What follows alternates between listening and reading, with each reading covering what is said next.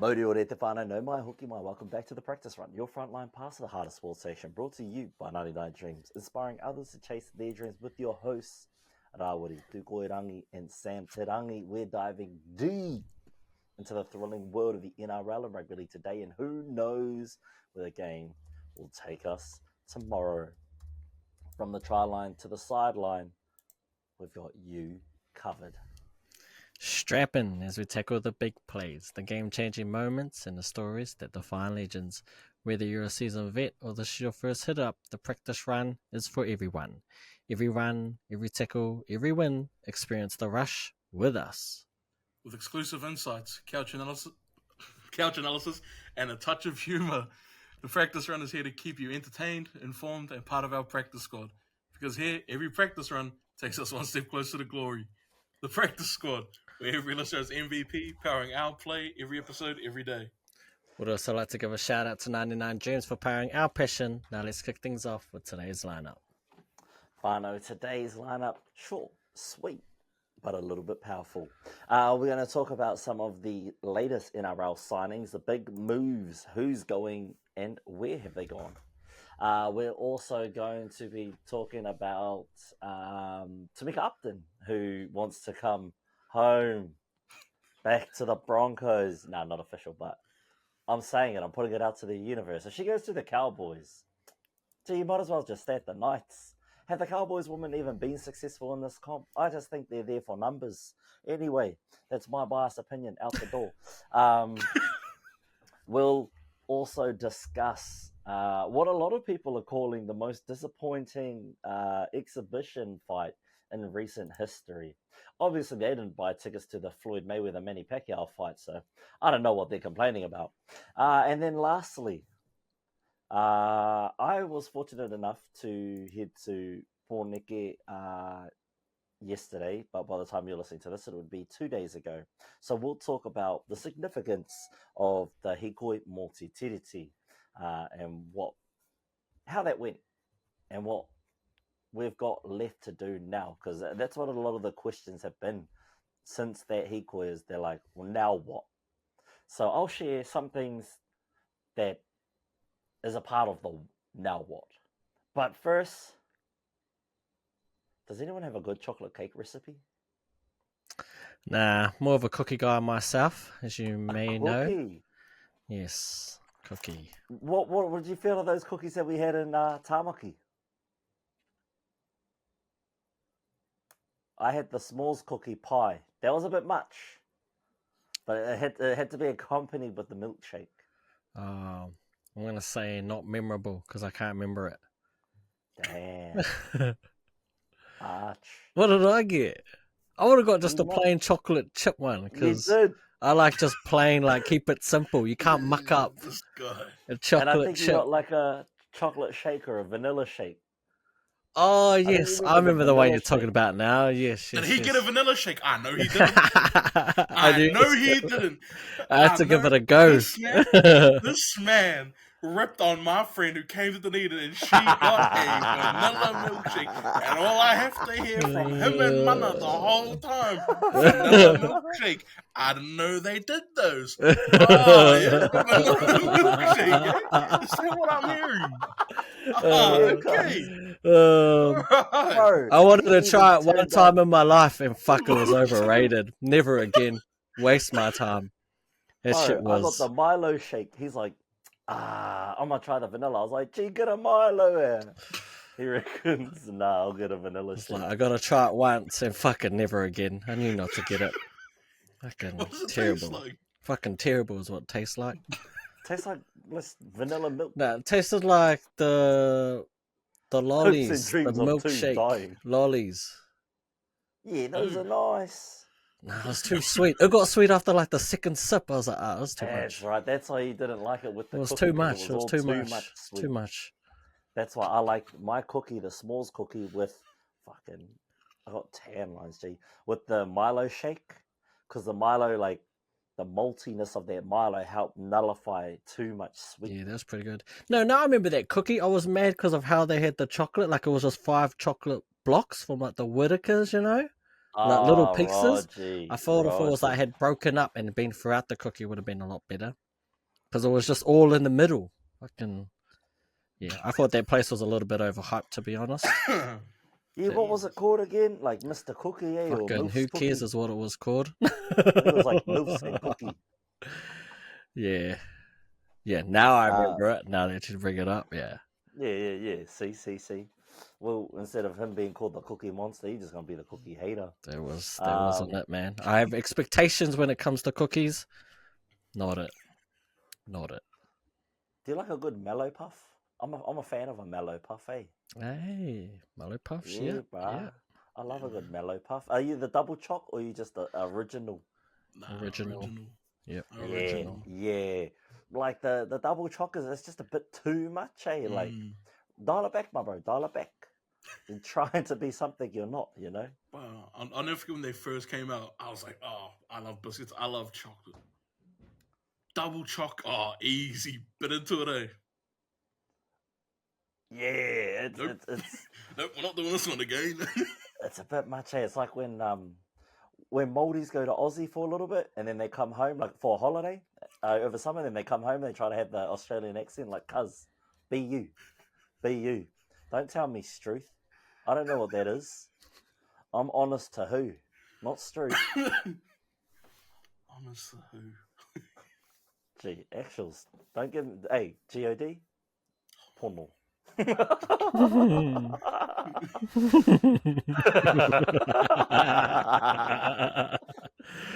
Oh. But have you ever lied on a pono, though?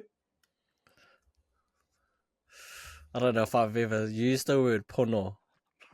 Maybe not on a pono, but like on like something else, you know? Normally I've it's lied just on a honest. G-O-D, but I can't on a pono. It's a bit much, eh? It's like, oh, nah, gee, I lied. That's much. Well, let's get into some of these signings, eh?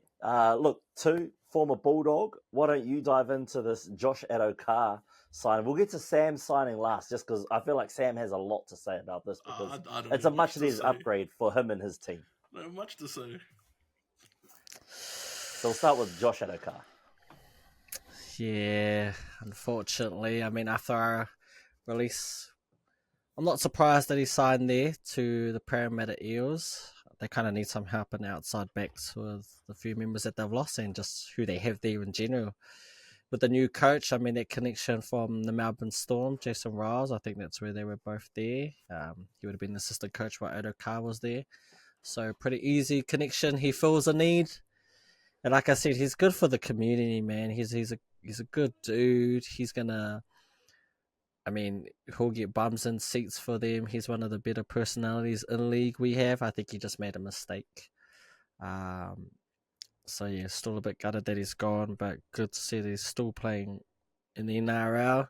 Still a quality winger, if you ask me. Still got a lot to give. So yeah, the Eels are the winners of what happened there. They got themselves... I mean, now they got two elite wingers if Zach Lomax wants to play there or whatever happens with him. But, you know, I mean, you look at the winger situation, you got him on one side, Josh Addo-Carr on another. It's looking pretty devastating for the Eels, so congrats to them. I have no doubt Josh Addo-Carr will be okay next year. I think he still has a lot to offer. Yeah, just unfortunate from a Bulldogs perspective, really. Or from personal. I think it's a good signing. I think he's still a quality winger. He's still got a lot he can, contribute to the game. I'm just unsure how it helps the Eels create an identity within this team, because we've seen it last year, and I think it's what they lacked was an identity. And I don't know if bringing in Addo-Carr is what's going to help them create this identity, or if they're just solely relying on the coach to provide that identity that will take them to that next level. I can't look at it. I don't really think he's there for the identity. I think he's more there for team vibes, because team vibes over the last 2 years, that place has stunk. That team has stunk in terms of team vibes. Holy, if you want to measure the stinkest team, the Tigers won back-to-back spoons and they weren't as stinkers that lot. But Whoa. Yeah, Bro, I'm telling you, whoa. like I think team, you and Yo both on that one, team vibes, team vibes wise, like yeah, we sucked, but we also didn't expect to be good. So our team vibes were like, we are what it is. But I think it does also help in terms of helping to drive that culture if Rouse is going to try to take something from the Storm, because like at least he's got someone there who has a bit of like standing within the game in terms of Adokar, who can come in and be like, well, hey, I can help practice what you preach because like I know this works. We've both been in Melbourne together. So I think if he's going to try to take some things from Melbourne, like at least Adokar can help that way. And then also like they've lost a lot of like older players recently. Like they kind of need to get some adults back in the room rather than pitching it all on Mitch Moses and saying, "This is your team. You're gonna have to lead the way." I think if you get some older guys in there, like at least it helps with that, kind of counterbalance the youngsters that are coming through and that they've signed. Yeah, that's true. That's true. I think it's going to be good. Yeah, like you said, if Lomax plays on the wing, it's going to give Moses a lot of attack options off of his kicks, because he can stab one early and get Adokar to chase that bastard down, or he can put it up high and just go, Lomax, go get it, and put it up. They're also, gonna have to be, I guess, mindful of the bros' off-field antics. He's put, I think, his brand at jeopardy this past couple of years, being Josh Addo-Brah instead of Josh Addo-Carr. So hopefully the bro sorts himself out, gets back in touch with a little bit of Melbourne discipline under Jason Rolls, and they can get the ball moving. I hope not too well though. I'm not a big Eels fan. I especially don't like them wearing all blue. I remember the Eels being like all yellow when I was growing up. So go back to the yellows. I'm not a fan of this all blue bullshit. Not enough blue teams. The Bulldogs I like are all the blue, like when they used to do it, because they wore yellow so much. Yeah. But like the blue with like the subtle yellow V's actually looked really sick. But now they wear it a bit more often. I'm like, Yeah, they're not a blue team. Like, No. like go back to the yellow, have blue as like an alternative jersey, alternate to the white, and let the Bulldogs be the blue team in the comp. I couldn't agree more. Like, stop trying to be the blue team. There's only one blue jersey, and it belongs to the Bulldogs. The Titans, they're kind of like a bit of a blue. I don't know. Please explain blue. please explain what do you mean by blue? You just remember that tutor in Hubs 101? Which one? There were heaps of them. He knows. He knows. I do know. Yeah, that kind of blue. That kind of blue. That blue. I feel like it's a different blue. Same. Same. Same. It's outrageous. Yeah. No, it's all under that same bracket, The other thing though, I'm gonna talk about Adokar again. The other thing though, his contract was actually really good for the Eels. They signed him to a 3-year deal, but that third year is a team option. Oh, nice. Like we know quite a few of those Parramatta players have player options. So to finally get one back in favour of the club in terms of, hey, if he doesn't play all too well over the next 2 years, cool. Well, then you're going to have him on contract at 32, maybe 33? Like, I feel like it's a pretty big win for the Eels considering both their halves can walk. One of their centres can walk, and I think there's one of those forwards as well that have a player option. Who did these deals? I couldn't tell you who thought it was a great idea to give Dylan Must Brown have been the same 3 years person worth who of player gave Ezra options. Mann 800. Oh, bro. That was bad. But yeah, like, when I found out that detail about the contract, I was like, oh, that's actually really good for the Eels, because I saw 3 years and I was like, Wing's kind of one of those positions where if you don't necessarily have the skill set, once the speed goes, and he's had a bunch of hammy injuries. So like once that speed goes, if you're a slow winger, you're kind of gone. Like Hey, we if you see ain't with Corey Daniel Oates. Tupou, if you ain't a Nightingale, those guys lasted forever. Yeah, The Morris twins. they were speed. They were speed. Let's talk about Tamika Upton, because I don't really know too much about what's his name, Sons of Anarchy, Valhalla. Oh, Blake Austin. So we'll go through Tamika Upton, who has asked for a release from the Newcastle Knights. Yeah, I think it's her final year. Knights, yeah. This year, and so she got an early release. But has she been released? I think no, she hasn't yet. This coming season, I think is her final year on contract with the Knights that she wants. She wants to head back to she's like, I'm done with the Knights. Take me back to Brizzy. I don't know why she said Queensland. Gee, we all know where she want to come. She want to come home. She want to come home to either us or the Gold Coast. I think we'd probably suit her because our fullback's not as good, Our fullback's not making no team of the year lists. So, adding a Dalian medalist, multiple fullback of the year award winner, any team would be chomping at the bit. However, I do, sorry to be the, the bad guy here, but the season's only like 7 weeks. You're in Newcastle for like 7-8 weeks. What are you complaining about? Not like you live in New Zealand. They're not going to understand wanting to go back to Brizzy. You live in Brizzy like every other day of the year. You're in Newcastle for like what? Maybe the comp's growing next year. Is the comp growing next year? Yeah, there's must two be more because teams they got a coming in. magic round. Yeah, isn't the The Warriors and the Raiders. The Wars. Warriors and... So what, instead of starting after the third game of State of Origin, they're going to start when? The second game.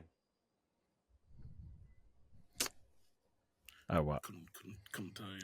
Wouldn't have a clue. Well, anyway, she's looking for teams.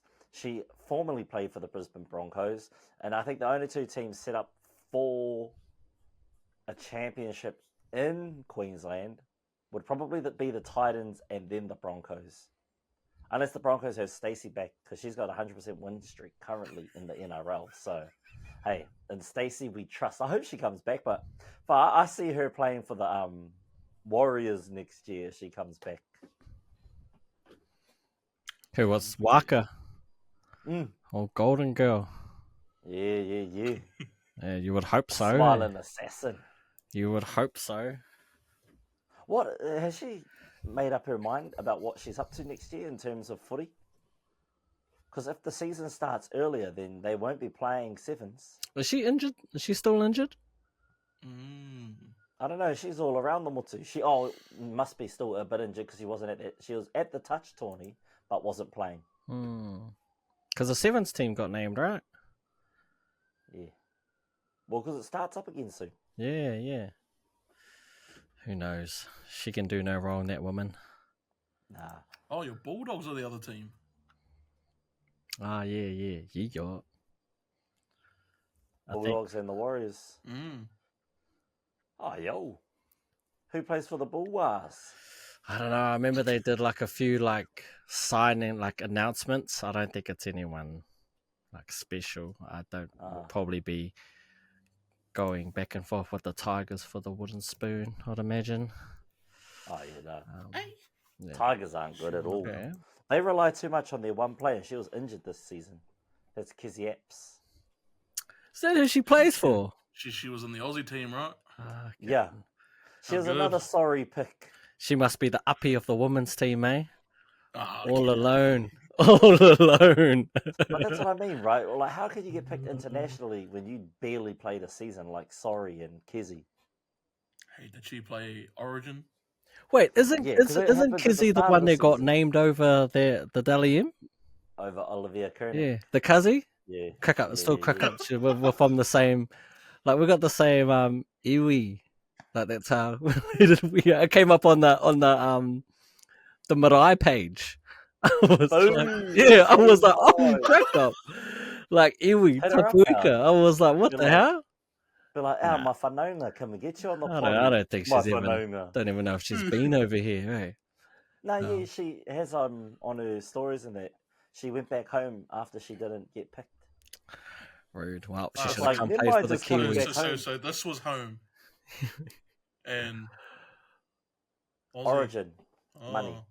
So you get fuck all in women's game anyway. So Yeah. you want to try and maximize as much as you can. So I guess if you're eligible, make your money. But you know, hoki ki tō kāinga. Look, yeah, back to Tamika Upton. I'd say if she wants to win, Titans. If she wants to help a team get back to glory, Bronco. Wait, she was on our team when we won all those championships at the start of our NRLW comp. I'm guessing so. Yeah, because she tends to win wherever she goes as well. Yeah. She's, Come on home, girl. Come on home. She's Don't goaded go that now, one. boys. She's got 3 years left to run on her contract. Oh, so she actually just wants out of there.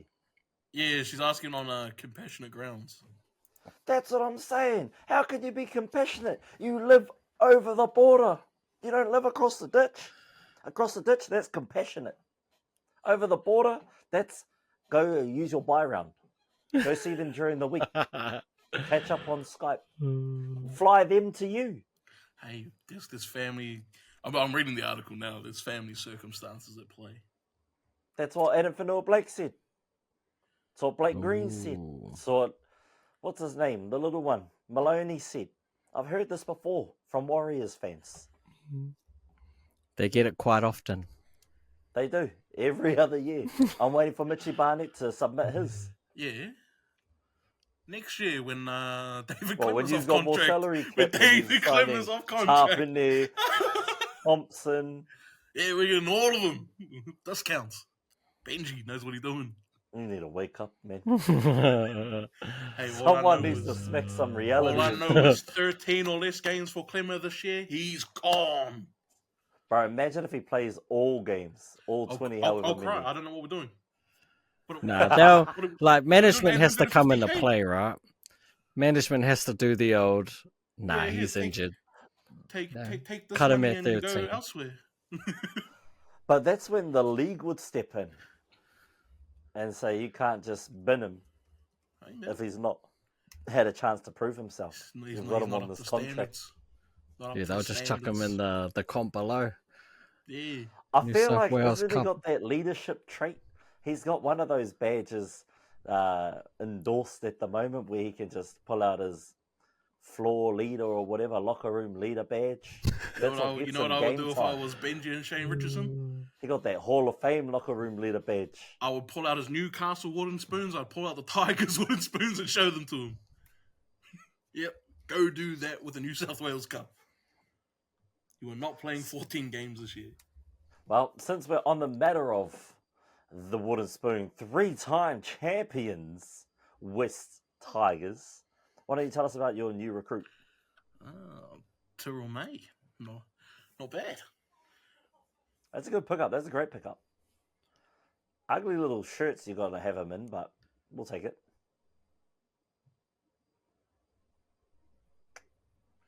Yeah, I don't know. There's something going on here.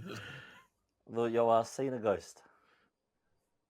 I'm hearing them. I'm hearing them. I don't like what I'm hearing. But, yeah, Tyrrell May, 3 years, I think. That's a good contract. 3 years, 2 mil, I think, all up. So, like, What six- is 60? the raru with him? What's wrong with all the Mays? Well, we know what's wrong with the other two. Because, like, he's a great prop. Why weren't there more clubs going after a signature? Well, it's largely believed it's the whole reason why he left why the Roosters didn't want him. He's got the yips. Yeah, sometimes he doesn't want to play football. Yeah. Which, I don't know, I feel like if you ask most players, there will be periods where they don't want to play football. We hear it. The season's too long. That's true. That's true. That's Lead true. me to believe some players don't want to play football all the time. Hey man, I got a 6 that act like that. No, he's locked that in. You don't want to play for a while. He just want to paint his nails and fucking go on cute dinner dates with Reese and injured children. God damn it. But yeah, it was that. And then I also read from the Roosters.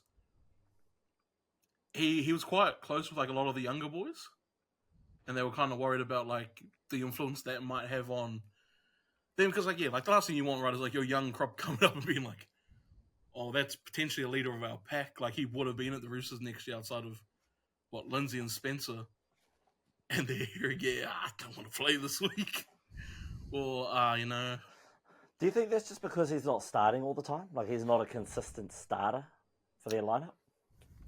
Not really, because he talked about it, I think, in an interview where he said like he's already given up the game twice. So, it was a little bit of worry. Like when I first read that, I was like, oh, let's maybe not do that. But then I don't know, like. So he's just taking a gamble. Yeah, but I could understand that, right? Like when you're young, like you don't always want to do shit. Like you might love something and still not want to do it all the time. So I can understand like where you go through phases of that where maybe as he gets a bit older, he's like, oh, nah, like I actually am all in. Hopefully, he seems like a great person, great guy. I think with a lot of Pacific Island kids, they just get forced into it because it's an opportunity to make money and make a name for yourself. So even if he doesn't quite enjoy it, because I remember I seen a clip where Johnny Tuivasa-Sheck talked about it. He only played because like his parents made him and like his brother made good money off of it. He was like an all right player, but he didn't enjoy it, so no one got the best out of him. He preferred to do, video making and content creation and stuff like that, and he's great at it. He's bloody great at that. He's great at it. So, Yeah. It might just be, an avenue for him to create a brand and to get paid to do something that he's good at, not particularly something that he likes to do. Yeah, but we hope. We hope and we pray. I think that's a great replacement for Stefano. So you lose an Origin prop and you gain an Origin level prop, I guess. He's good enough to play Origin. Yeah. It's just got to be consistent. Well, that's kind of the thing, like, we've seen though, right? Like, is it Tuamei, what he does, he is consistent at. Like, it was kind of the thing with Stefano. When Stefano was on, he was bloody good. But if he didn't care to be there, he wasn't. Like, with Stefano's talent level, I was like, oh, like, we should have just an unreal level prop all the time. And then you would see it, like, 2-3 weeks in a row where he just doesn't want to be there. And it's like, I kind of want you gone. I want you off the field after 10 minutes because you're not here. So, like, I think May, as long as, like, he'll be consistent, he'll get to start. He'll definitely get to start because Royce was best coming off the bench. But it's also just depending, like, does Royce become the other starter next to him? Because if not, then, we might see a bit more Clemmer. Yeah, Clemmer. Well, because I think Royce Hunt is really good off the bench. Mm. And I think Terrell May is a perfect starter. I think those two would be a great 1-2 like punch going off and on. You just got to find someone else to be that second starter. Alex Twal, let's go. Let's go, Twal. Seyfarth? Maybe Seyfarth. Is Seyfarth a prop or second rower? Not Seyfarth. He's a prop. He's a prop. When they put him on the edge, I'm confused. Yeah, because I'm always confused when I read the lineup. One week he's a prop, next week he's second row. I'm like, where is he? Put him on the bench. Figure it out afterwards. Don't start him. It's confusing me. I'll tell you where he should be. New South Wales Cup. Till he sorts out his anger management issues. He's not the only player. That's what happened to Taylor. Yeah, we'll see him probably next year. At the Tigers. Yeah, next year. I have no doubt we'll be seeing him. There's no doubt. Nah, I'm not going to put it out there. Justin Olam, maybe you're injured. Maybe you're injured, Justin Olam. Wow. Our centre options are Dewey, Olam, Jack Bird. No, your Nice. centre options are only Jack Bird and Olam. Dewey gonna be back out again. He injured again. Dewey has. He's gonna be good. Do we see him or do we not? That's the question. You suck.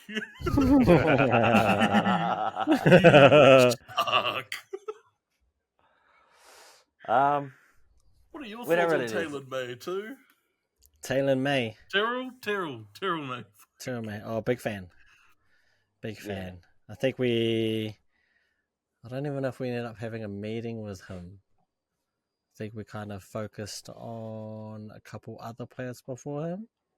And then, Leo. yeah, I think we're pretty much gunning for Leo. So it was either going to be one or the other. I'm hoping we get him. You never know. So Imagine yeah, if we unfortunately, lose we're just both made. players. Well, it's a possibility. We might not end up with anyone. It's a real possibility. It's all right. David Clemmer will be on the market. No, he's all right. That.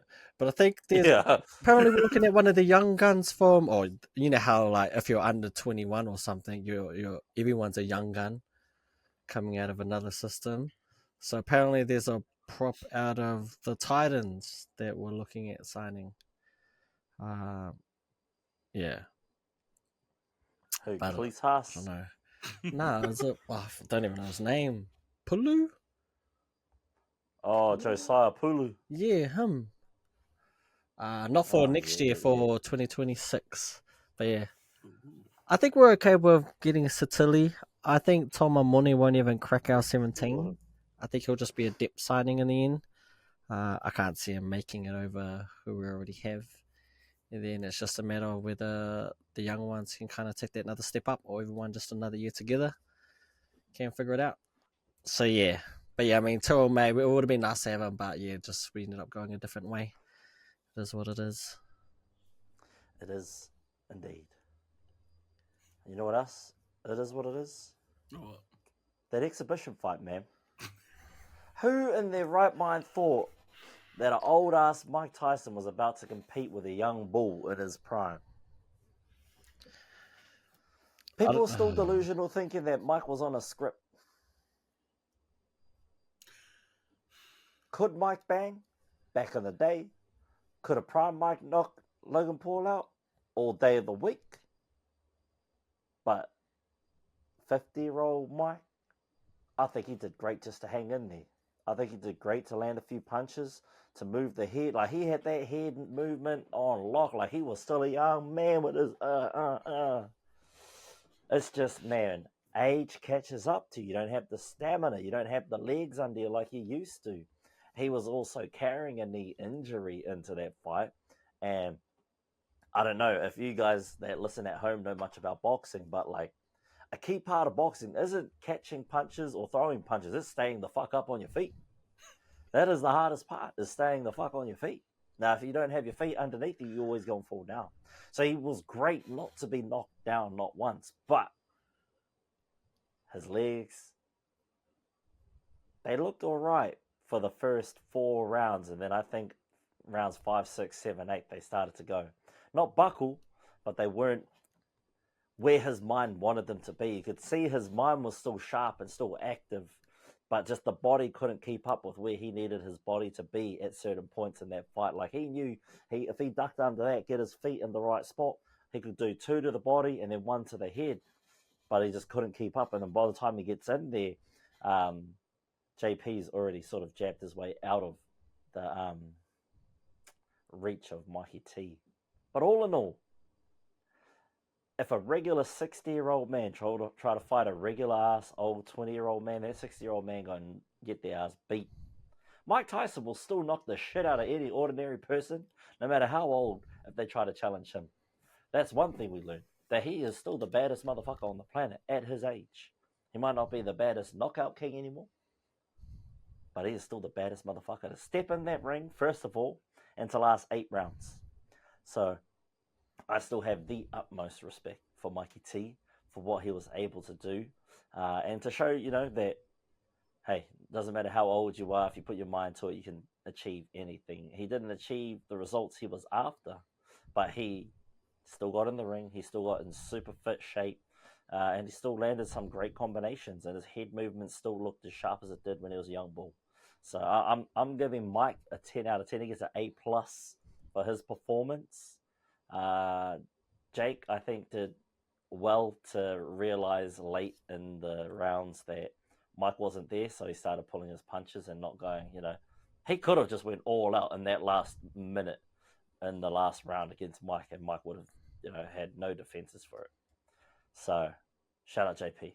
That's my take on that game, on that fight.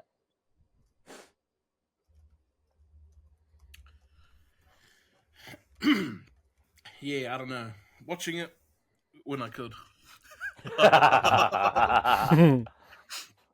It was a little feels bad. I can't lie. Like the first time I saw Tyson stumble, I was like, yeah, he's old.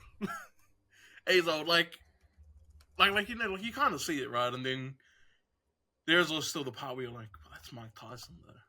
Maybe he does have it. And then you see it, he slows down, he starts to stumble, and it's like, yeah, but you're 58. You're 58. Yeah, exactly. You're old. Exactly. So, I kid you not. I sat there watching it. I was disgusted with myself for watching the fight. I was like, I can't believe I'm watching this, but I want to see you knock him out so bad. They're off chance, eh? They're just one connects, because that's all he needs is just that one to connect. Yeah, there were a few feints he threw where like Logan's hands were down. Oh, not Logan. JP. Jake. Yeah, his hands were down, and I was like, oh, just go, just send it. But then he wouldn't know, and I was like, oh. But also, every time he tried to close that distance, JP he bounced out. A part of me was like, oh, he doesn't have it. Because, yeah, it was also there, right? Like, if he did go forward, well, I don't know if the legs were going to let him. Exactly. But, yeah, the whole thing, yeah. I don't know, it's tough for me to rate the fight because I felt disgusted watching it the whole time. Oh, the overall rating for the fight's not that great, but the individual performance from Iron Mike, it's top tier for me because of his age. Yeah, that was. I mean, while you're watching it, you're like, why am I watching this? But you watched it. One thing that Jake Paul can do, and one thing that boxing promoters are really good at is getting people to watch it. Bums and seats. And they got you with the old Mike Tyson, that they still got it. I was a bit more realistic with it. I was like, this is probably going to be more of a sparring match, kind of figured. And then, Tyson almost died, a couple months ago? Like, he was in ICU getting ready for the fight. So it was always going to be that. Yeah, Jake Paul, he's smart enough and respects Tyson enough to know not to actually knock him out or to do it. Yeah. Just kind of keep him in the fight, or not keep him in the fight, just keep him at bay. Do what he had to do. Do you reckon they would have rioted if he did? Knock him out? Yeah. Maybe. Yeah, it would have been more the backlash. Like, well, I reckon someone would have jumped those ropes out and be like, come on, boy, blah, blah, blah. Yeah. Nah, could have been. The security that would have been around that ring. Yeah, that's true. I'll tell you what, they're fine with, obviously the fight itself. I thought if it was a shorter ring, that 20-foot ring made a huge difference. He could just move around so much. Yeah. So if it was a normal size ring, maybe Tyson would have cut it off a little bit better. Yeah, but that fight, to me, it was pretty much what I expected. Not surprised there. But the two fights before, bro, that girls' fight, that was so good. And the one before that, the men's fight for the title, bro. So that's kind of my takeaway from that, from the whole event.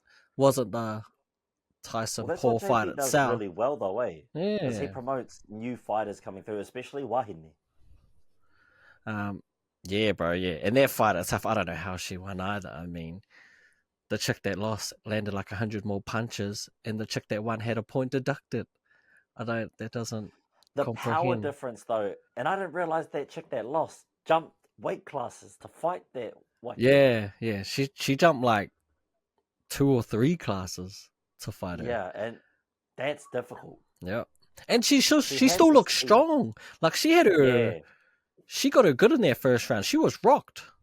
you know. Now, champ do what a champ do, you know, you get rocked, you come back, you know, and she was strong, but I felt the challenger, the one that lost, I thought she won like the first half of that fight. And I thought with how she dominated that first round, they could have maybe And been that scored a point 10-8, you know?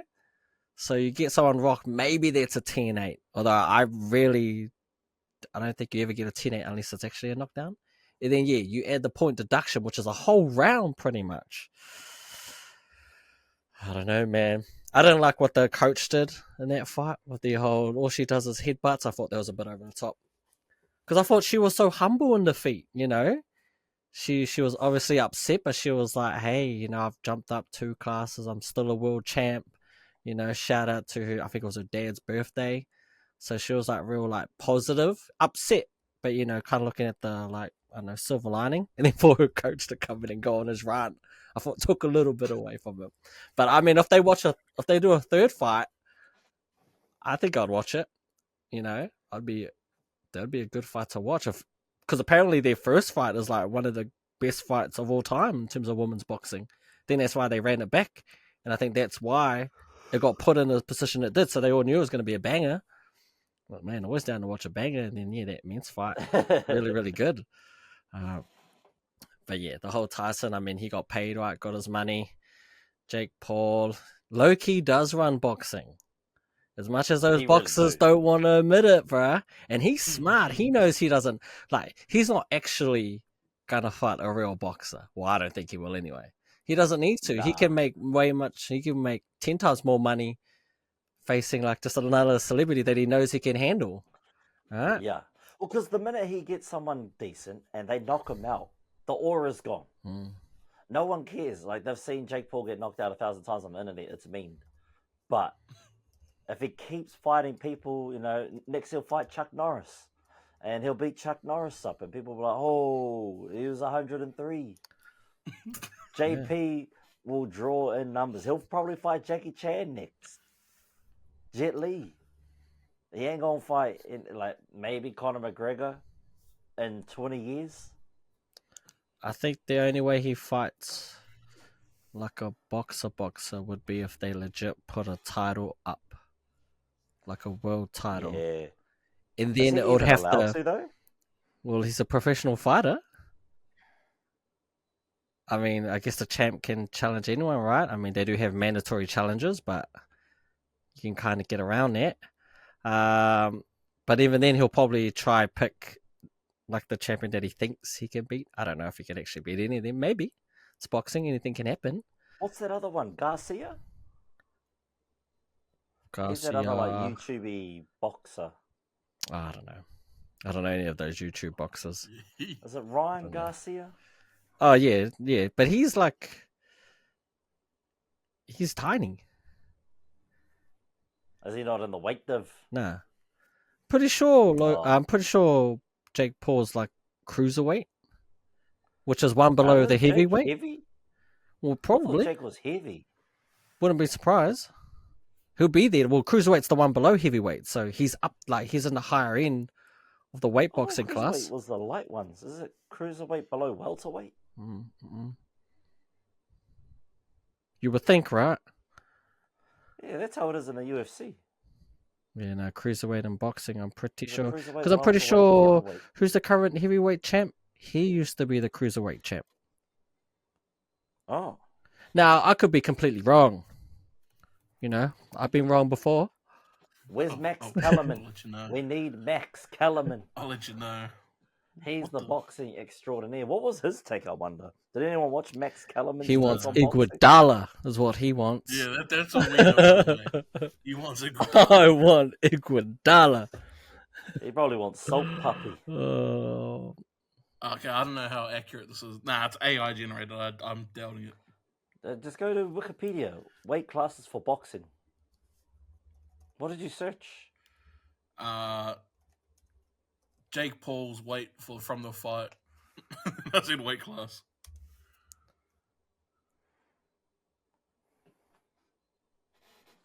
Jake Paul's weight division. Yeah, technically he'd be a heavyweight, apparently. Yeah. He'll definitely be. He'll be on the higher end for sure. And then what is Ryan Garcia? Weight division. Ryan Garcia is a lightweight. And then boxing. Bro, Jake Paul's like 100 pounds heavier. Yeah. In kgs. That's like 40 kgs? That ain't much. 40 kgs! That's a shit and a breakfast. That's a whole nother person. That's much, like man. Ryan Garcia having to put on 20 gigs and Jake having to lose it. No, if they have a catch weight where Jake has to only lose 20 and Ryan only need to gain 20, battle at that weight. Jake's on roids anyway. Yeah, I don't think Jake don't can see make how that Ryan weight. would ever say, I just don't see how Jake could make it, but also I don't see how Ryan would say yes. Oh, see, I think he would say yes. I think any of those fighters would say yes. Because skill-wise, he'll be fit enough to do it. He'll be quick enough to do it. He still has to like get to him, you know? Yep. And I think he'll handle himself well enough to get around. It'll be the minute Jake gets close. So we've got heavyweight, light heavyweight, middleweight, welterweight, lightweight, featherweight, and bantamweight. Yeah, cruiserweight's a tweener division. 175 to 200 pounds, so 80 kgs to 90 kgs. Oh, that'd be me. Nah. If I Which is, it's between light heavyweight and heavyweight. Fuck, currently I'm probably a super heavyweight. Me and David too will be going at it. Oh. I saw Brown Butterbean down at the Hikoi yesterday. Bro, he is a big motherfucker in real life. Damn. I seen him and I was like, yo, more than up. And then carried on my walk.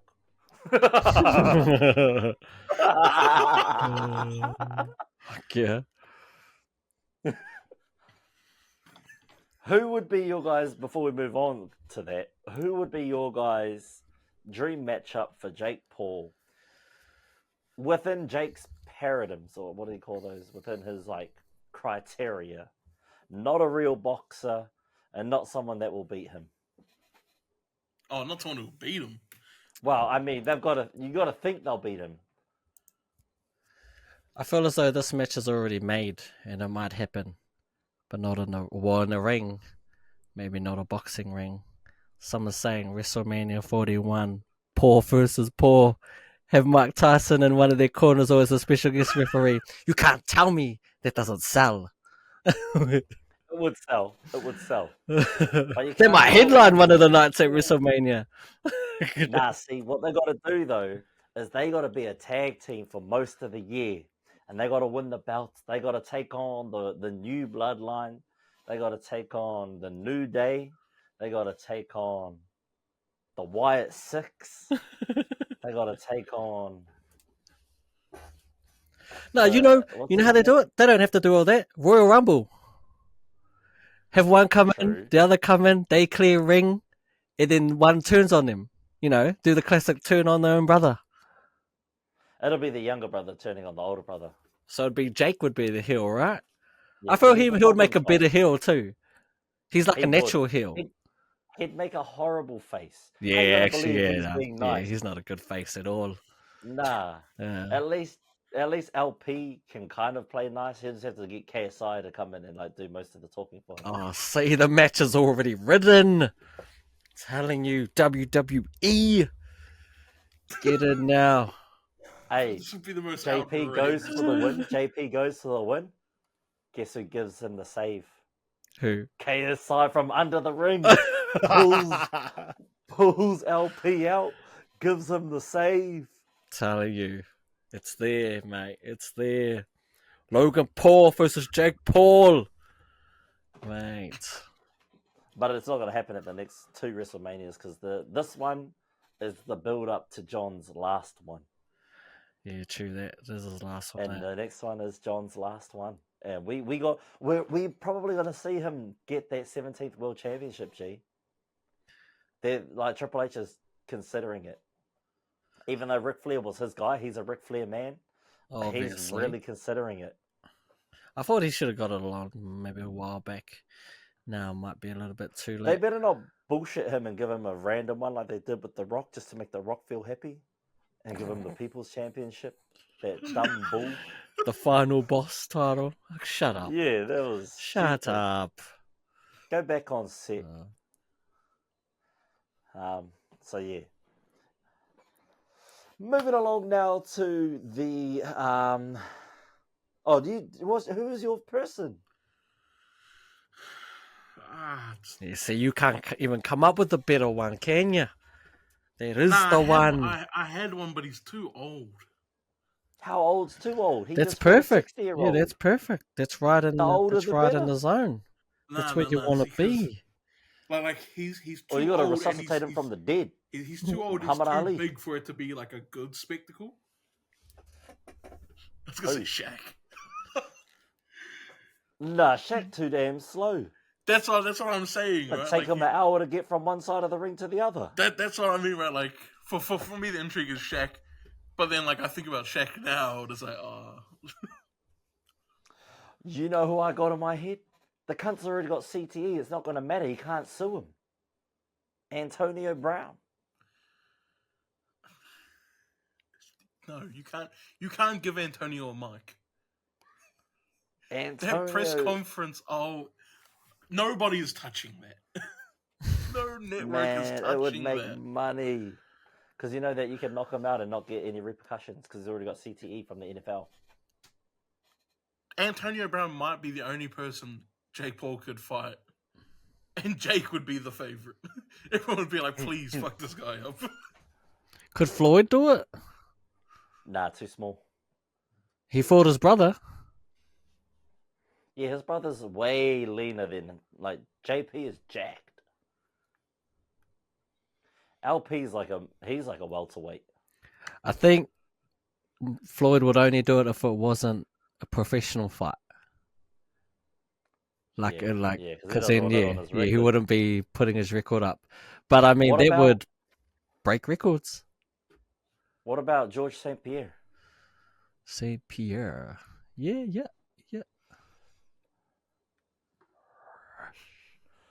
Francis Ngannou. Oh, he don't want none of that. He don't want none of Francis Ngannou. He's too young. No. He's too young. He's the wrong candidate for him. Who's a non-boxer there?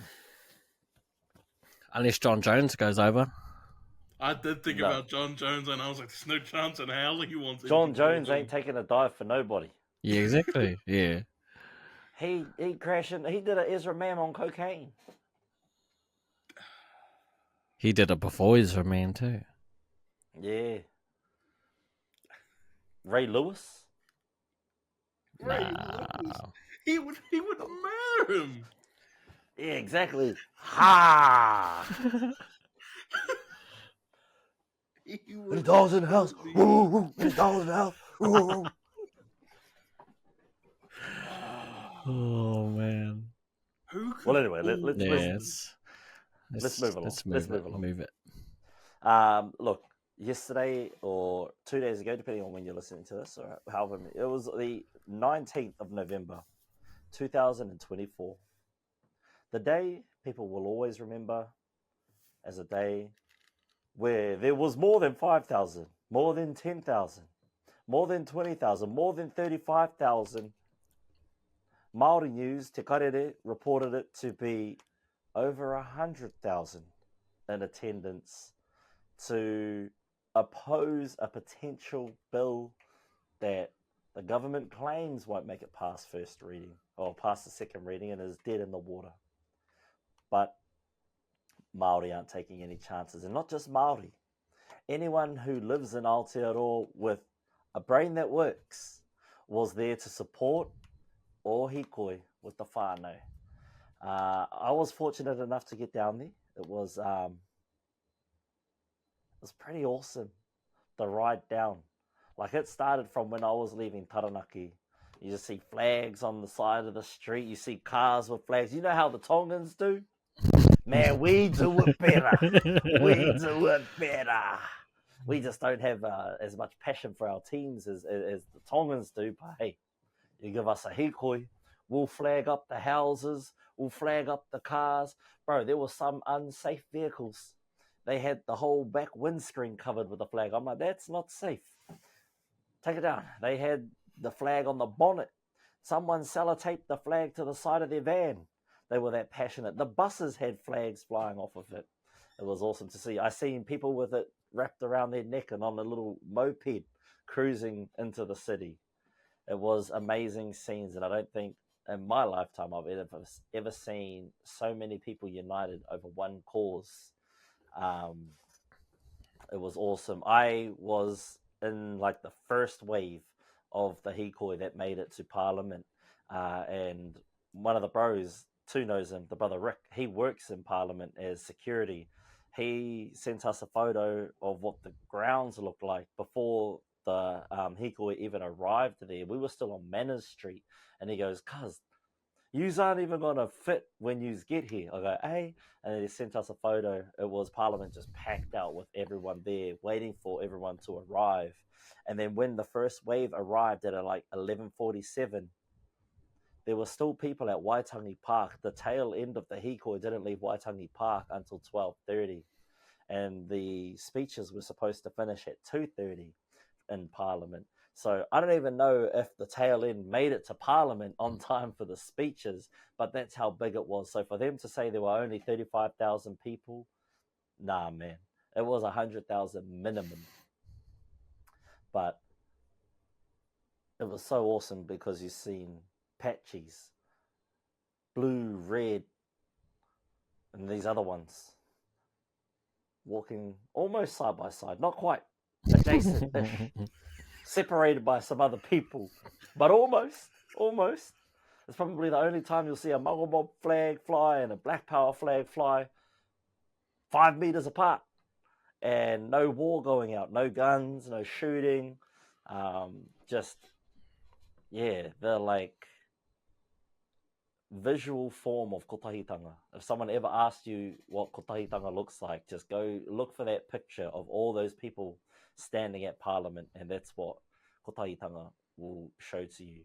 But a lot of people that were there said they were on the fence about coming down, and it wasn't until Hana tore up that bill. What was that, last Thursday? I'm not too sure, but yeah, it wasn't too long ago.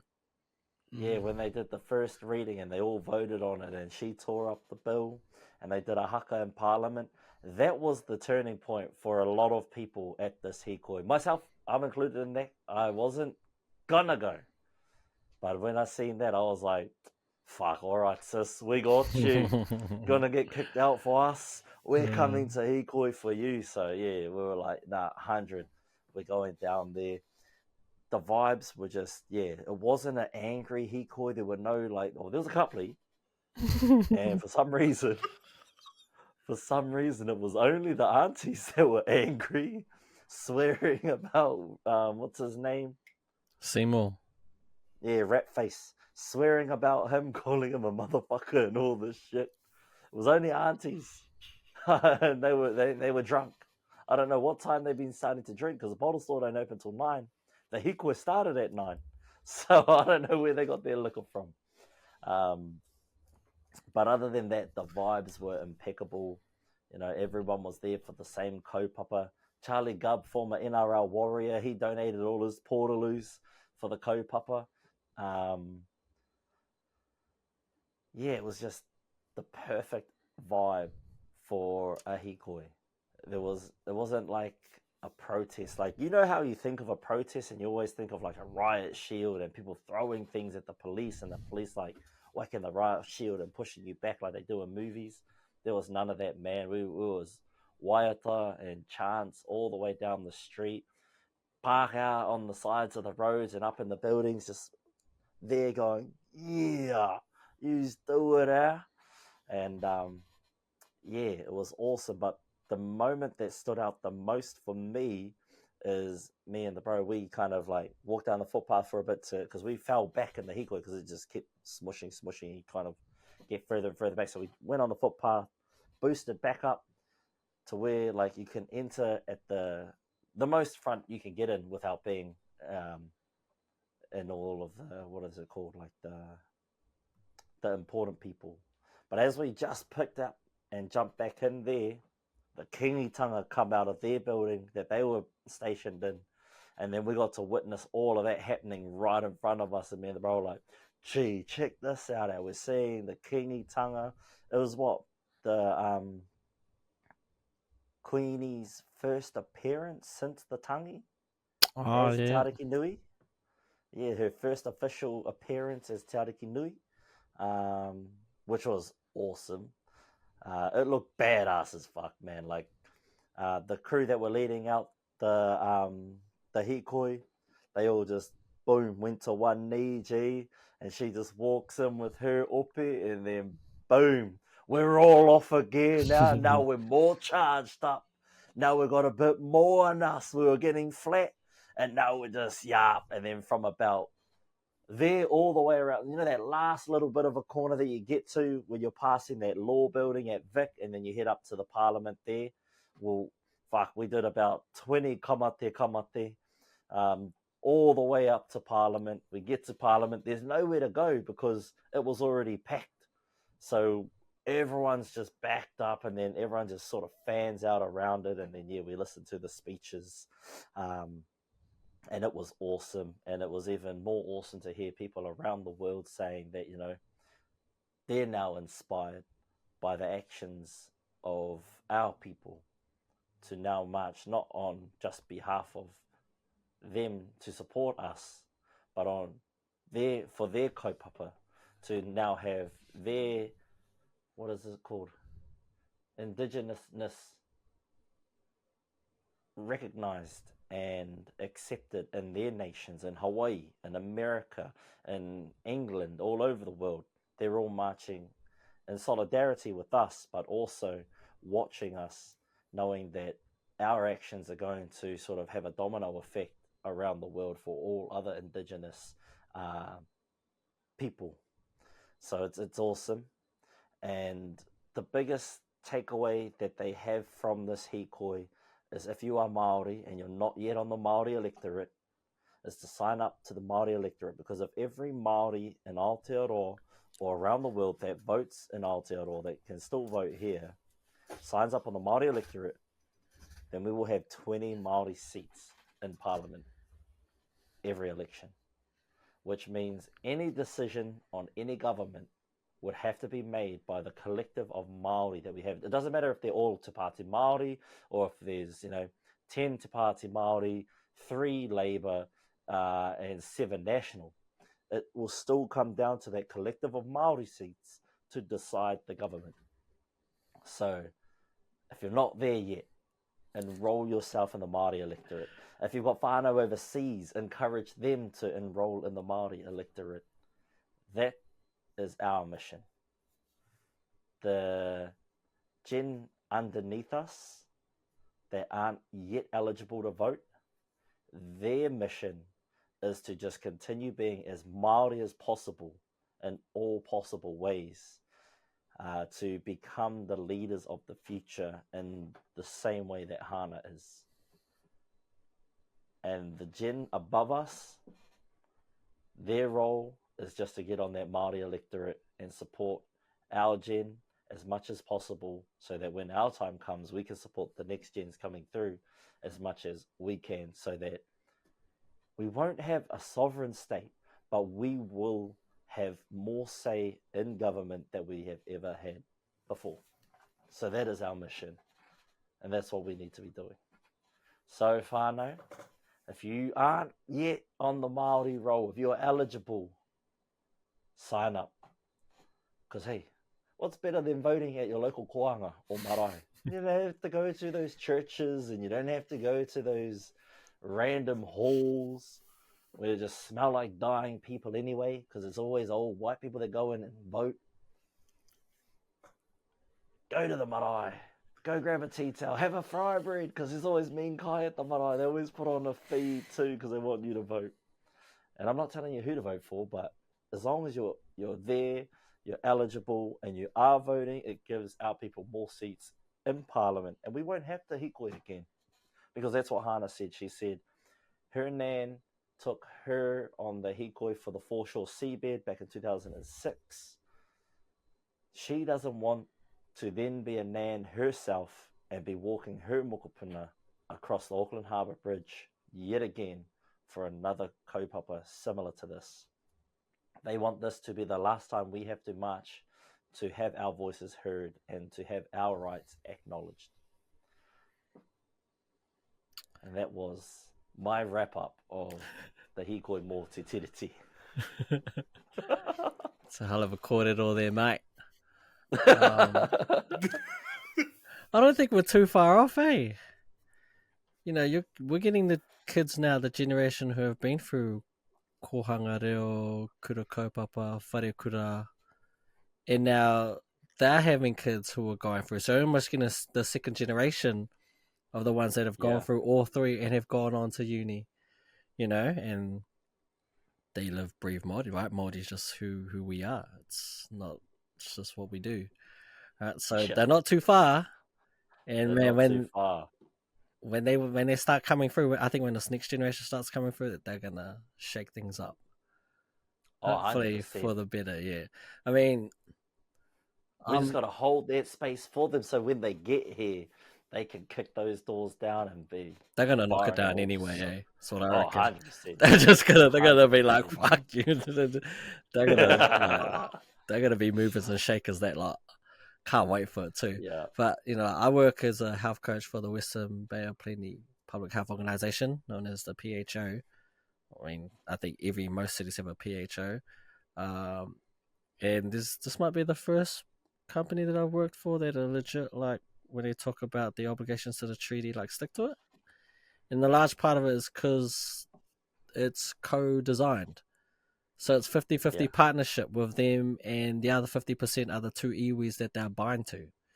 So they can't even do anything without the iwi say so. And they like are genuine in that, which is rare to see. And it's actually quite cool to see. So, I mean, it's showing that it can happen, right? It's possible to go 50-50. But yeah, I think we just got to wait till these old ones are just gone. Because every now and again, bro, I'll call someone, I'll look at their age, right? Like, first thing I do, and then I look to see how far they are. Like, I got a task to ring up this person for diabetes. Now, first of all, the dude's like 70-something. So I'm already thinking, like, there's not much I can do. Dude's pretty much already lived the life, you know, but I'll call in chicken anyway, you know? Because most people that age, right, it's like, well, what am I going to change now? Like, to fix diabetes, it's mainly exercise and dieting. Dieting's a big part of it. I ain't going to fucking start eating healthy, like, at 70, like, come on. You know? And I'm with them, too. Them in the checkout cart. Yeah, you know, I'm with them, I'm like, like, why now? Unless, like, you know, they want to have goals to make it to 80 and 90. Most of them are just happy with life. Anyway, that's what I'm calling him for. And I see where he lives. He's all the way in, like, in All Portuguese or somewhere in, like in nowhere. So I'm like, one, I can't even, like, he's not even going to come to me and I can't exactly get to him. Well, I always start every quarter or, like, every phone call with kia ora, you know, because of my name, you know, first two words you hear, like Māori, right? So like, kia ora, my name is Tu, health coach here, blah, blah, blah. And he goes, what? Can you say that again? Now, I was like, okay, either he's deaf, which could be his age, or... but it was the way he said it. I'm like, oh, he must be one of these ones, because I think he said, can you say it again, because I said kia ora. So part of me wanted to say kia ora again to see what he would do, because I'm pretty sure that's what he got offended by. But I was like, no, like we need like, look, you're already slow. You got to get these numbers up somehow. So don't be a dick and just say hello. So I was like, hello, my name's Tu. And then he starts talking to me. So I was like, so he did tell me to do it because I said kia ora. I fucking knew it. So now I'm already mad. But I could tell, like, he's mad too because I said kia ora, right? Like, of that generation. And he's like, oh, look, you know, I'm going to, like, decline it. Like, I'm not going to let some, you know, no offense, like, some young guy tell me what to do. Like, I'm in my 70s. I'm okay, blah, blah, blah. So I'm like, yeah, yeah, sweet as. And I was like, oh, yeah, well, look, I thought I'll just give you a call later. And I just went, ding. I was like, I'm not going to stay on that call. But it was so funny, yeah. I was like, every now and again, few and far between. But every now and again, I'll come across the ones like that, right? But yeah, it's so funny when you just say kia ora, and they're like, what? Speak English. Because half of me wants to be like, kia ora. Yeah, bro. I'll say it again. I'd be so petty with it. Yeah. They were like, I only speak English. Oh, well, later. And just, oh, well, I'm going to hang up. I'm going to message the doctor. Full on with it next Like, time, G. And hey, "Tēnā koe, kei te pēa ana koe." yeah, next time you send me a task, you should let me know if the person's racist, please. I don't want to be like, fucking, yeah, right. I don't want my day ruined like that. You know. Oh, sorry, should have given you a heads up. Yeah, exactly. Heads up would be nice because I would have told you I'm not talking to that person. He's already on the way up. Fucking hell. More than happy to help I'll him. speed it up. Fucking I'll hell. speed it up. We'll speed that process up real quick. Like, get out of here. Fool. Feed them up on Nans, it clears out so they die. We're like, you're done, mate. Fucking diabetes, yeah. Bruh. Yeah, it's funny, eh? They still got people like that. How you not doubling down, man? I know, it's because I'm like on reflection, right? I'm mad about it because I missed it, and I knew it too. Like something in my head told me he said that because he's. Oh no! So you're definitely mad at myself that I didn't double down and say kia ora again. But hey.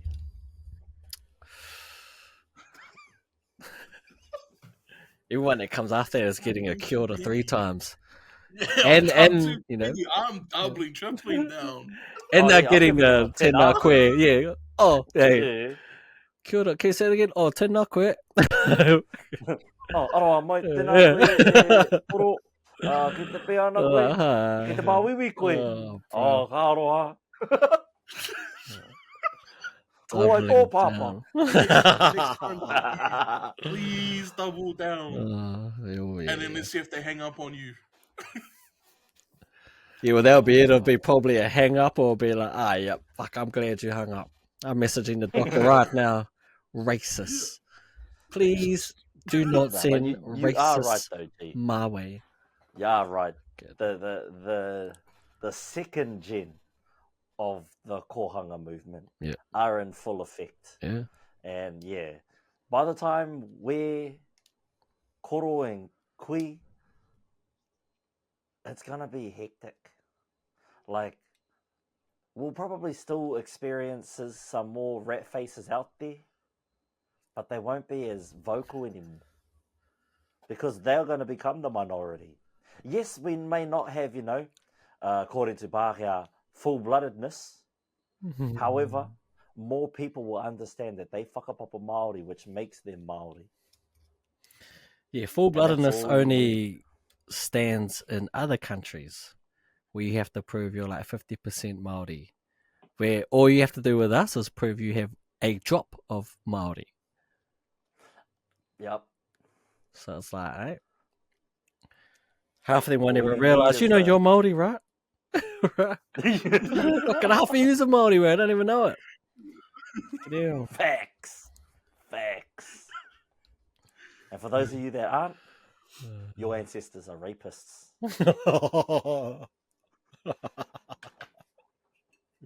You've got Māori cousins. There's facts though. Especially if your last name, related to, what's his name? Governor Grey. Governor He's Grey. the biggest one. Yeah, gee, he Edward, no, what's his name? Jack the Ripper. But he was like Jack the Rapist. What about you, Sam? What's your kōrero, brother? He just can't even talk. If you're not. Oh, yeah, unless you're like a fresh immigrant. If you know you're direct from Ireland from 2 years ago, yeah, you're all goods. But those other ones that reckon they're like 9th gen Kiwi, been here since Te Tiriti, and they got no Māori, rapists. Bro, who... I caught like a Probably snippet. pedophiles. I caught a snippet of like a podcast, and I think he was a former player, played for Manu Samoa. He's like Oh, and super he's wearing a smart. white shirt? I'm not too sure, but he's definitely clued up. Like I think he might be a lawyer now. Yeah, I think he is a lawyer because I think he was the lawyer for the Samoan team. He's somewhat of a, what do you call it, provocative person. Says like outlandish stuff, but like he backs it up. And he was talking about what was he talking about? He was talking about like Pākehā now who like talk about like how their grandparents or whatever, like their great grandfather like came over here with nothing and then like made it, so you know they like homemade and made it with nothing. Well, he was saying like no, it wasn't. Like they paid people from Europe to come over, gifted them land. There was like obviously confiscated land, and paid them to make the move here and gave them everything they needed to set up their business. So, again, what was he saying? His whole point was like talking about how everyone says Māori get like special treatment. You know, how all the like Parkers was like, fuck you, Māori get special treatment all the time. And he's like, no, you just got the biggest special treatment of all time. You know, and your history is based off that. You know, your great lineage got paid to come here to take it, occupy this land that was stolen, and they made all their money off that. And I was like, fuck, that guy is clued up, man. I forget his name, but I know he has beef with the Manu Samoa team because he didn't get what is it? He wasn't part of their jubilee or something. He's one of a few who isn't recognized. But he could care less. Nah, I don't know his think I know the name, but one. he's the man, bro. Like fuck, he's so smart. So I think I know the smart. one. I seen it on YouTube advertised after I watched Hana's one with the morning shift. Yeah. Also, go watch it, Whānau. I don't often promote the morning shift, but go watch that and like hear how she is outside of the beehive. Because if your only perception of her is from inside the beehive, your mum will be blown. Because she isn't that fiery attitude person. She's just a G. And there was one story my coworker had of this time they met her when they were doing weaving in that. And she comes out and she goes, oh, I thought you had bears. And they were like hiding them. Because she come out and then they gave her a beer and she just kicked back and chilled and vibed. And yeah, she's just a cuzzy. Cuzzy first, eh? Yeah, but she got to put these men in their places. Because they don't know how to act. Yeah, well, she's doing a hell of a job, I'll tell you that one. 2 young wahine Māori leading the way for us. Fucking hell. Not surprised. Not surprised one bit, man. I'm not surprised one bit. Fucking hell. I think our wife, Queenie our wife, should have a long reign. Well, I hope she does. She can do special I things hope we don't get to see another newly crowned kingy or queenie in our lifetime. Yeah, she's the one, man. And then you got Hannah in there. She'd make a mean like what would you call that? Like a government liaison to the kingitanga. Well, aren't they from the same region? Yeah, Huntley. Wouldn't be surprised if they went to school together. They can't be too far apart in age. Nah, I think Hannah's like 20 and she's 27, 28. Ah, okay. That's a bit of a jump. Yeah, that's a bit of a jump, yeah. However, you know, whanaunga. Must be, yeah. Yeah, they would have ran around at the same marae. She probably looked after her. That's what I'm guessing. Probably would have been her babysitter at one point. All right. Also, if you haven't yet, do make a submission on the Treaty Principles Bill or support people's submissions that have already been submitted. Because if you don't, then Select Committee read the supporting documents that do support it from all those balangis out there, then they might, you know, support this bill going forward. And we don't quite know what this national government are going to do.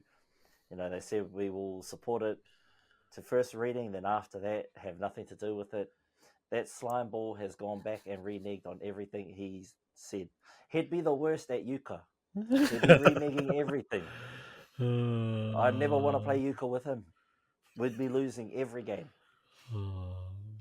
I thought you didn't have any diamonds. Reneged. That's it, eh? Renege. Fucking renege. Bloody hell. Fuck it, never renege on the table. No table talk. He'd be breaking all the rules. Nah, he's shit euchre player. I reckon a good euchre player would make a great politician. No reneges and no table talk. Just all ultimately action, winning. eh? Just all Here you go, action. Sue. Make your run. Make your run, man. I'll never forget Sue trying to teach me how to play it, and I was like, I don't know, man. I still don't know the rules. Had to learn the hard way. I used to be a Just don't get renegger. marched, yeah? Back in my early days, learning with my nan and the old man. I think we all left the table crying at one point because we all reneged or couldn't get the rules properly. There's a rule, bro. Pennies aren't allowed to teach pennies anything. It ends in tears, I tell you. It ends in fucking tears. Oh, man. No, nothing worse than getting marched out after you reneged. Fuck. Reneged, yeah. I think I reneged twice in one day, cried, and then never reneged again. I was like, because you got to learn your lessons quick, man. You got to, Yeah. or else if you renege enough, you just don't get invited to the games, Yeah. So that's what I'm like now. If someone put it reneges, enough, if you renege a third time in one game, you just don't even bother coming back. You're not welcome. No, I'll play solo. Get off your seat. Someone else. Clearly you don't know how to play. Get out. I don't want to hear it. Don't come back. Do you remember us changing game? Changing what? Oh, because you just couldn't get it. Yeah, because I couldn't get it. See? Everyone was like, oh, we're just playing a different game. That's what happens. I was like, one. It's we've spent some time with some beverages. Don't think I'm getting this game now. Bro, sober, it's hard. Drunk, kind of easy because you just remember the pattern. Oh, yeah. Spade, spade, spade. Don't play a club. Yeah. Club, club, club. Follow suit. I've got the trump. Boom. I remember I played the trump card. I played another game that's similar, follow rules, right? You have to follow suit, whatever. I think we called it. Oh, I can't remember. 500? Maybe 500. That's the one where you call your tricks, right? You call the number? I think so. 500 is a little bit harder than euchre. It's the next step up. Yeah. Anyway, we played that, right? About spades. Oh, I don't know. It was one or two. We'll call it. And then my bro, he gets first call, and the trump is it was a spade or something. So this guy, first call, could call anything, and he goes pass. Fuck, I was livid, eh? I almost flipped the chair up. I was like, what the fuck you mean pass? I was like, you're leading, God. Because you get first call, that's usually how you hint to your partner, what you have, right? Say if you need 7 to win, and you have 4 of them, just call that suit, and then hope that your partner has a couple to back you up. Nah, this guy leading gets first call and goes pass. Oh my goodness! I remember looking at him and what? You want to repeat that? That's your chance to win. Oh, I was like, you better show me your hand after this round ends. I want to see it. Couldn't believe it. Fuck yeah, couldn't believe it. I was telling Ty and them, I was like, it's not table talk if it's not in English. That's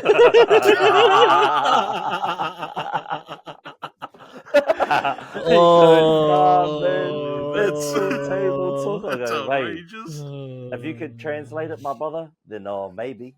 But he goes, nah, that's fucked up. You can't do that. That's cheating. Only if you get caught. That's crack up. That is crack up. Oh, man. Or another one was however many sugars you have in your tea or coffee is how many jacks you have. Oh, Yeah, like you one of them one. Didn't we play? Fuck, I think the last time I played might have been into Linus. Oh fuck, my internet. no, you're all good on Very our end. good. Oh. Was it? Benitina's win Was it her when we were defense? her grad thing, defense. Yeah, Yeah, maybe, might be. I think it was me and Hohana, and I think it was you and Ben. Oh, and he was wasted, eh? Yeah, He's a horrible partner when he's drunk. I had to carry us. I think we ended up winning that one, but because we had a big enough lead that we held you off. Like we got like the first few hands, and I think we. Oh no. Yeah. Then like you just made a run at it, but we managed to like get the point just before use. I think because it came a point where we ended up trumping each other. Oh yeah, that's right. You ended up there. Great call, by the way. I loved every bit of that. I was like, yes, yeah. No, it was. That's what happened. It ended up being the difference. Yeah, because you weren't paying attention. You just someone trumped the other person. Rookie. And then it was, fuck, that was me. Yep. Yeah. Oh, great Because times. then, but anyway, Yeah. that was the thing. You need to learn how to play, mate. You need to learn how to play. Opinions. Yeah, learn how to play. And then we can find a random Australian and play when we go to the grand final next year. You can play 3-way. Can you? It's just 2 against 1. Oh. Like whoever calls it is the one. Yeah. Or whoever ends up picking it up is the one. Gotcha. I'll tell you what, I am not the one. I like to go against the one. Easier. But we play up here, like when it's like that, all solos, it's, if you get euchred, it's the first out of the 2 to get that second point, like the euchre point. So you don't play out the hand. It's just like, if I get the point that's going to be the euchre, then I get the euchre. Because some people like to play it out and then you end up splitting the points. And I'm like, nah, boy, fuck, I got the euchre first. Get out of here. Too slow.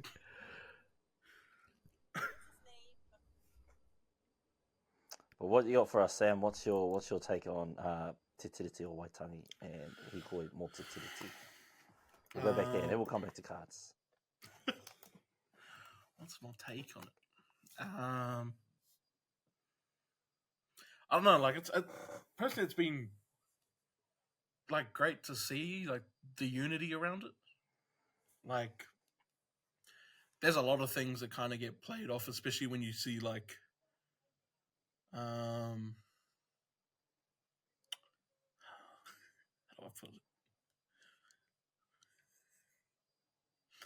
There's a lot of things that get played off, right? Like, in terms of being Māori, like one thing that's been thrown around a lot is, especially online, because I wasn't there, but so much hatred online. And like one thing that gets thrown around a lot is, oh, you're not full Māori, like you don't count. Like a lot of that stuff that you guys touched on, where, bro, it's a drop. It's a drop. It's not a lifestyle. It's what you are. Like, there's been like a lot of that I've seen that's gone around, and then bro, you just see the replies online. It don't matter. It don't matter. It don't matter. And then there's a bunch that also, you wouldn't understand. like that's the reply. Like, you wouldn't understand because you're not Māori. Like, Māori different. Which is like, it's one thing that's been like really encouraging to see, is that, because like there was a lot of time. There was a long time there where, like for me in particular, I didn't particularly feel Māori. Like, even though like I am, and like I was never like, nah, I'm not, because that's just who I am. Like, you can't really hide it. But like I felt like there was a long time where like it was thrown against me, where like I wasn't Māori enough, but then I also wasn't white enough. So like, to see that, where there's like just a ton of support, where it's like, it don't matter. Like, it's really encouraging to see this. And then like, when you guys talk about like the next gen that's coming, that's amazing. That's amazing. Like, and I hope it really does come because from what I've seen of the younger ones, they do not care who you are. they do not care. They're coming for you. Like, it was one thing where, because particularly because I went to St. Kitts, which was like at the time when I first got there, there wasn't a lot of Māori, there wasn't a lot of Pacific Island. Like it was white and then a little bit Asian, but particularly white. Where like some of the Māori kids there, like they just refused to embrace it because they got targeted for it. So me, I was like, I just do not care, man. Like I'll be by myself. I do not care because I'm not gonna pretend to be something that I'm not. So like to see just to see like the support around that is like, to me, it's massive. I really love what I'm seeing in terms of that. But yeah, that next gen, I'm intrigued to see what they do. But yeah, like I don't know. I think it's just particularly like encouraging to see where the young ones are coming through now, and then like hopefully this is the last time we have to deal with anything like this, because it, like, honestly, like within New Zealand, it brings out a particular fucking ugliness that doesn't need to be there, and something that gets masked over quite a bit until something like this happens, and then suddenly it's like, oh well, now you know where everyone kind of stands. But yeah, I don't know, like New Zealand gets like a massive rep for like its indigenous rights and all that kind of stuff.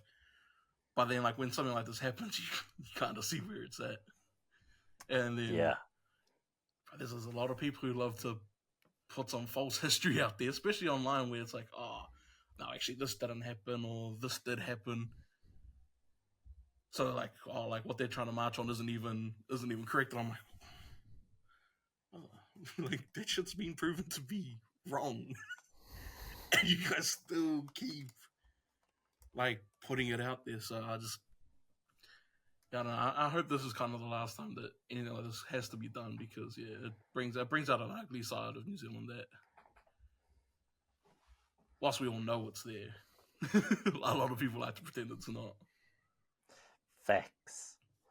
But like, it's kind of good that it's exposed like that, because a lot of people think New Zealand's just, we're not racist. We love our Maoris. We love it when they do the haka for the All Blacks. It's not in Parliament things, though. Right? Like you look around it, like so much of New Zealand in terms of image is based on the Māori culture, and Facts. Hey, it's convenient till it isn't. Like, Yeah. Mm-hmm. It was one of the things that like really got to me, where when Seymour came out and called the haka like thuggery, I was like, not once have I ever heard anyone say that shit. Are you kidding me? Facts. The amount the haka alone has done for New Zealand, like, you want to say that shit? Cool. I'd low-key love for the All Blacks to sort of put it on the back burner for like one weekend, just to show like the public how much our culture actually means to that team and to this country, because they kind of claim that shit as theirs now. Like, not the All Blacks, but like Pākehā, they kind of think of it as a given, that whenever it's a convenient time, like you say, for them to use it, they just think that it's a given, you know, at a graduation, at a birthday, at a wedding, at a sporting event, it's a given that, you know, oh, the Maoris are going to do their haka and it's going to be awesome. Whereas when it's, you know, used in an appropriate manner to challenge something or someone, that all of a sudden it's thuggery is some bullshit, man. One of the biggest things that kind of threw me was like, a lot of people know, right? Like, you can haka for all sorts of different reasons. And then they said, oh, well, that haka in Parliament is threatening. Is it? Or is it the fact that everyone is telling you we're going to challenge this shit, and then we finally do it, and now it's threatening, it's thuggery, it's theatrics. Theatrics got me. Yeah, theatrics. I was trying to think. I was trying to figure out what the other one was. Oh, theatrics was a good one. Fuck yeah. And then he had a sulk yesterday because Rawiri told him on Monday, don't bother coming tomorrow, which he was talking about the Tuesday. And he comes and then he looks directly at him and he goes, and Simon wants to have a fucking, oh, Seymour wants to have a whinge on TV and say that I told him not to come. You're bloody right, I told you not to come. I was like, fuck yeah, Matua, tell that cunt, man. And then, he made TikToks talking about why we need to read his bill instead of kill his bill. How he's trying to fight for the rights of all people. Unless it interferes with Article 1 of his new bill. Because Māori still have their rights to govern as they would at an iwi, hapu and whānau level, unless it interferes with Principle 1 or Article 1 of his new bill. Which pretty much means we don't have the right to do anything. I was trying to find it. There was an Instagram thing where it was probably 4 or 5 slides long, just writing, but it was breaking down everything that's wrong with the bill, and then you know what's right for it? Everything if you're not Māori. Yeah. Everything if you're not Māori. But yeah. I think the major thing that's so wrong with the bill is that there was no consultation, there's no collaboration, there's no partnership, there's no participation. There never is. There never is. You know the only time there is? I can tell you exactly the only time there is.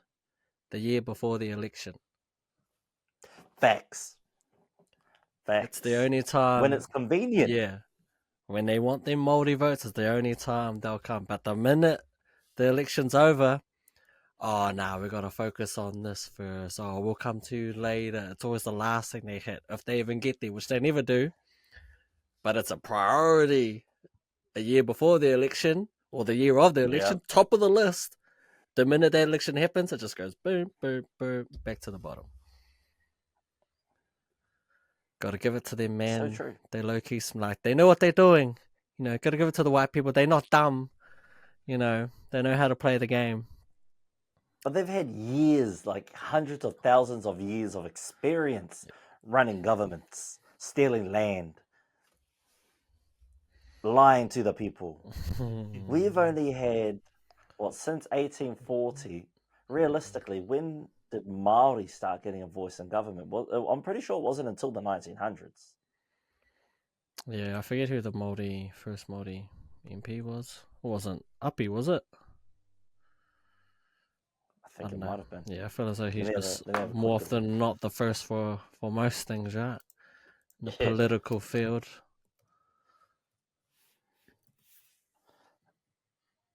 I feel as though one thing that saves us as Māori is how the world view us, especially other indigenous nations.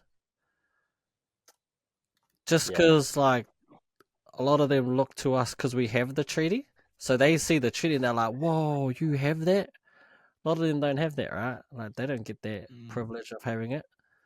So the fact that we have it, it's a big deal to them. Some of them can't even fathom it, right?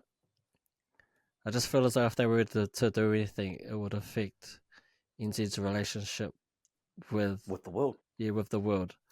And they kind of need that, that's a big thing, right? Because all of a sudden, if other countries start looking at us unfavorably, we'll be like, oh, you treat your own people like this? All of a sudden, I don't think I want to do business with the NZ anymore.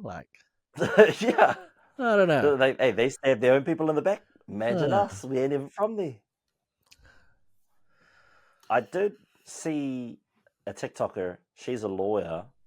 She mentioned the King's Council disapproving and potentially putting their submission in to have the bill killed, because apparently Charles caught wind of it somehow. Must have been the haka in Parliament.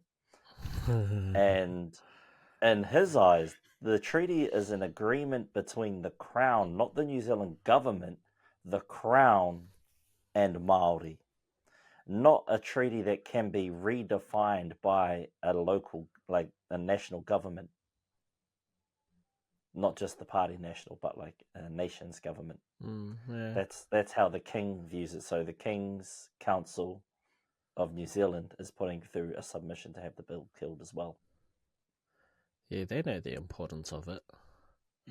Well, they know if that treaty is redefined and in effect cancelled that contract, Pākehā no longer have a right to live here. They no longer have the freedoms that they are afforded as per the Treaty of Waitangi, not Te Tiriti, the Treaty of Waitangi. The Crown no longer can protect and serve its people under the Treaty of Waitangi because it will no longer exist. Therefore, civil justice. Give us back our land. It'll be chaos, man. Bro, it's gonna be. Golly. It's gonna be. I guarantee the brethren will be going out, getting that. Fuck out. Let's get the homestead back. Get the land back. How many farmers are getting pulled up on?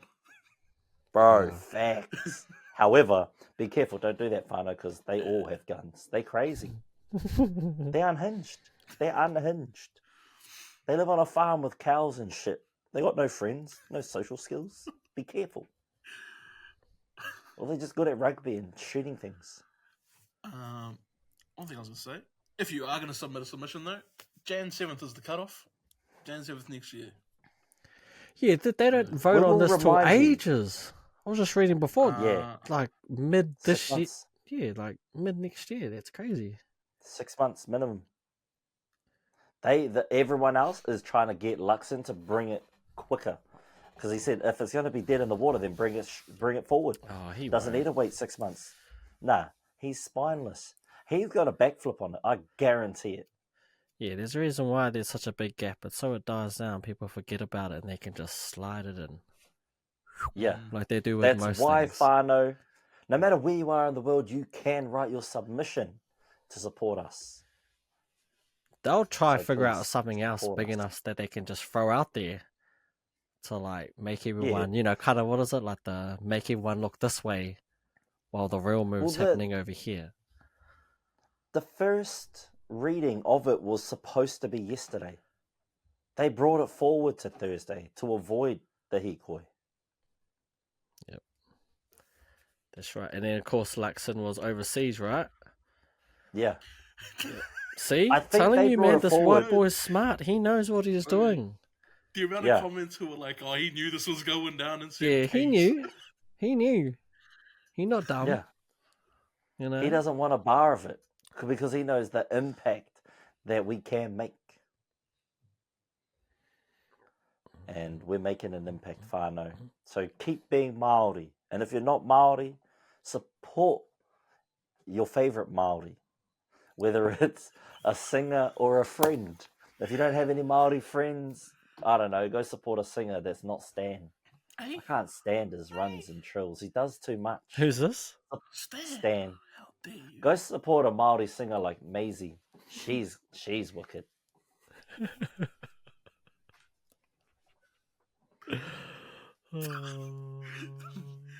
I'm too invested in Stan. I don't know, man. He does too much. And he's great at doing it. In doses. Not the whole song doesn't need to be filled with runs and trills. The whole song does. It's only when he wants to show off, really. Yeah. Fuck, he did it all morning yesterday. Oh, did he? Yeah, I'm like, did he trill it up, did he? Yeah. Oh, no. And then he's trying to get the crowd to sing, and we're like, no one's hitting those notes, brother. You're not inclusive. And then Towers comes out and gets the whole crowd going. And we're like, see, that's how you do it. It's one thing I do love about really good singers, when they go for it and then they try to get people to sing along, and it's like, we can't.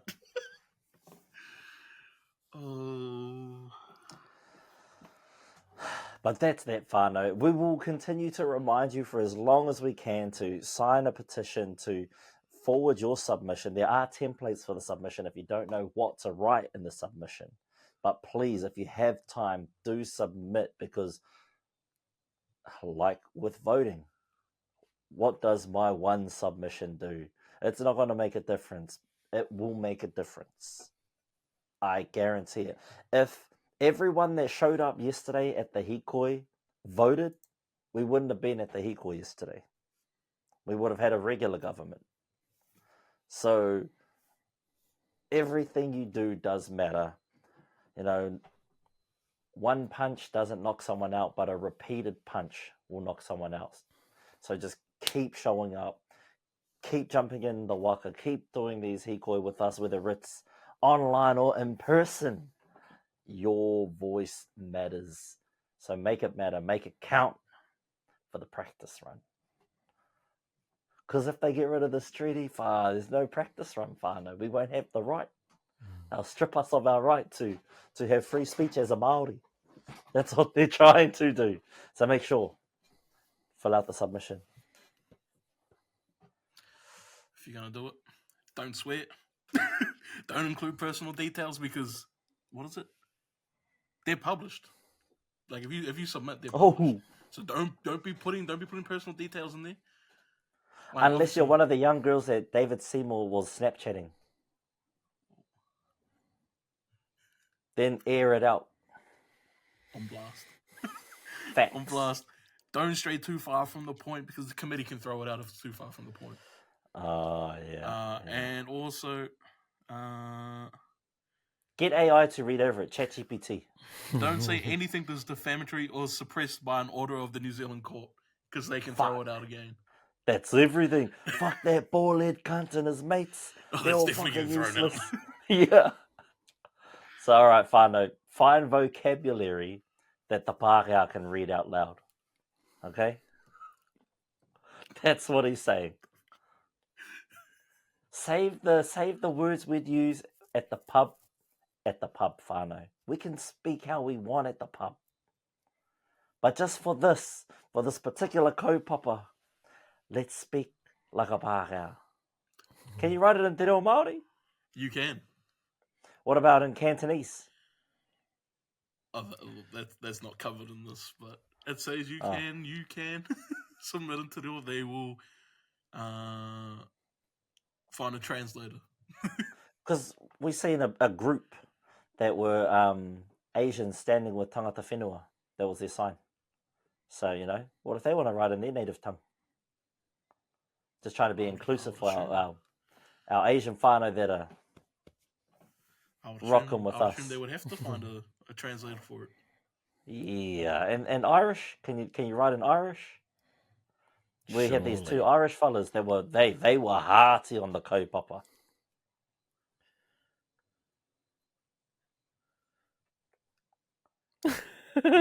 I want to be petty. Hey man, I want to be petty. I'm not a big Irish fan either, but bro, I'll send you the link to their corridor. It was pretty on, G. I was like, you know what, fuck. I'll put my hate aside for one day. You little Conor McGregor leprechauns.